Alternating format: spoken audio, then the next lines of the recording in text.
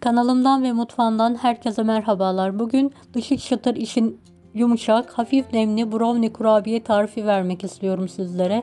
Hiç bekletmeden direkt tarifimize çikolataları eriterek başlayalım.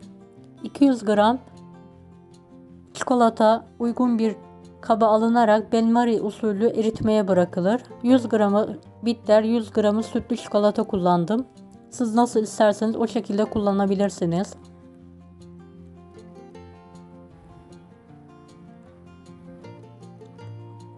60 gram tereyağı çikolataların üzerine alınır. Birlikte eritmeye bırakılır. 1 yemek kaşığı dolusu da kahvaltılık çikolata eklenerek sürekli karıştırarak çikolatalar ve tereyağı erimeye bırakılır.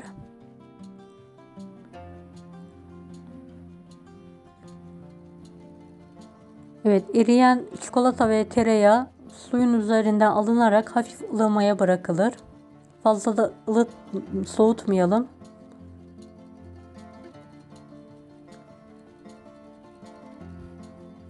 2 adet yumurta uygun bir kaba kırılarak alınır. Üzerine 1 su bardağından 1 parmak eksik toz şeker dökülerek mikser yardımıyla 5-6 dakika köpük köpük olana kadar çırpılır.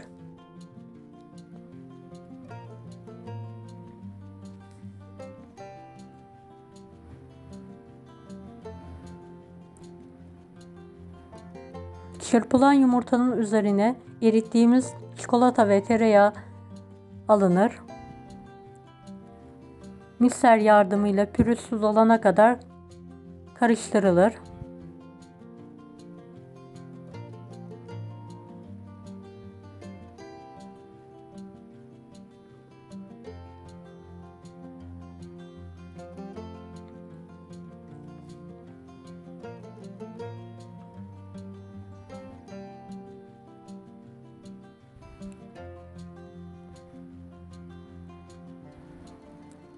Bir su bardağından 1 parmak eksik un eklenir. 1 paket vanilya, 1 tatlı kaşığı kabartma tozu eklenerek mikser yardımıyla çırpılır. Kıvamı koyu kek kıvamı harcında olacak.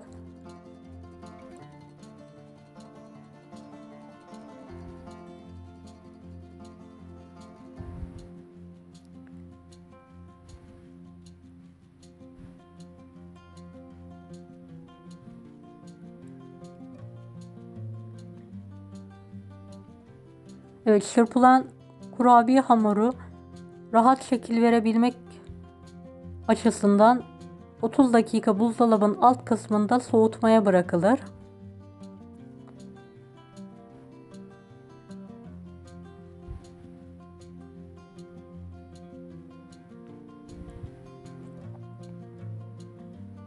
Evet, 30 dakika sonrasında isterseniz dondurma kaşığıyla, isterseniz normal yemek kaşığıyla şekil verilerek fırın tepsisine aralıklı olacak şekilde koyulur.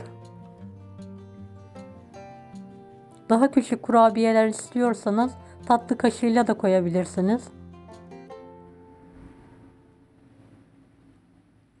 Videomu bu kısma kadar izlediyseniz yorum kısmına herhangi bir emoji bırakırsanız sevinirim.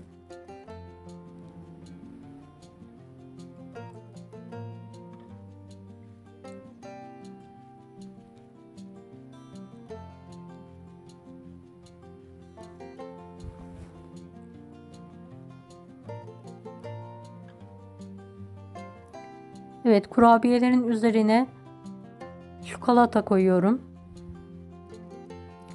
İsterseniz normal çikolatayı küçük parçalar halinde keserek koyabilirsiniz. İsterseniz damla çikolata da koyabilirsiniz. Ben 2 farklı damla çikolata kullandım. Küçük parçalara ayrılmış ceviz de koyulur kurabiyelerin üzerine. İsterseniz fındık, fıstık, badem de kullanabilirsiniz. Evde ne varsa kullanabilirsiniz.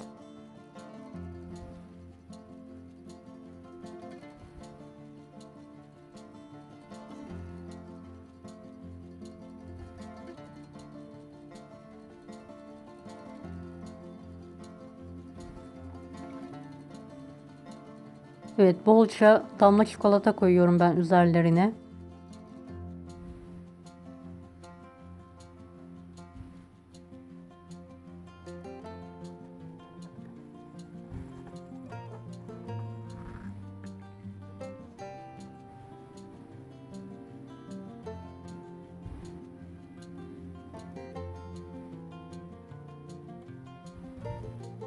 175 dereceli önceden ısıtılmış fırında 10 dakika pişirmeye bırakıyoruz. 10 dakikadan fazla pişirmeyin ve fırında bekletmeyin. Diğer tepsiyi de aynı şekilde koyarak üzerlerine ceviz ve çikolata koyuyorum ben.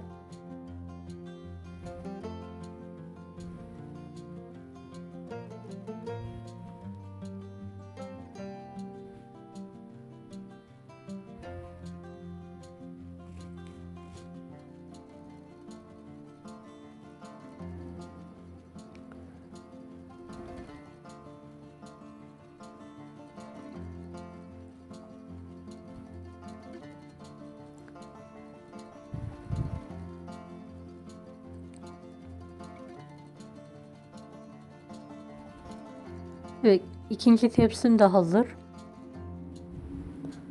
pişmeye. 10 dakika pişen kurabiyelerimi fırından çıkartıyorum.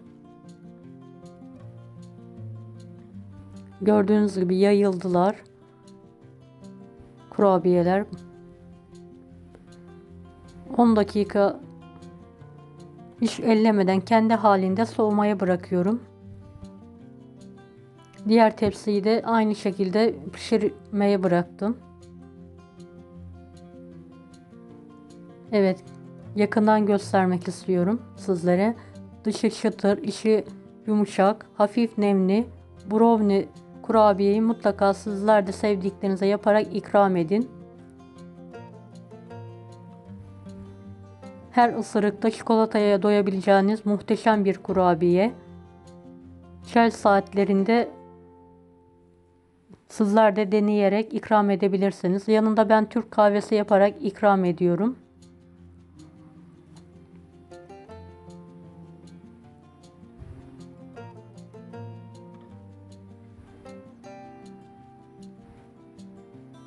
Evet, kahvemi yaparak servise hazırlıyorum. Deneyecek olanlara şimdiden kolaylıklar dilerim. Kanalıma ücretsiz abone olmayı unutmayın. Bir dahaki videolarda görüşmek üzere. Allah'a emanet olun. Hoşça kalın.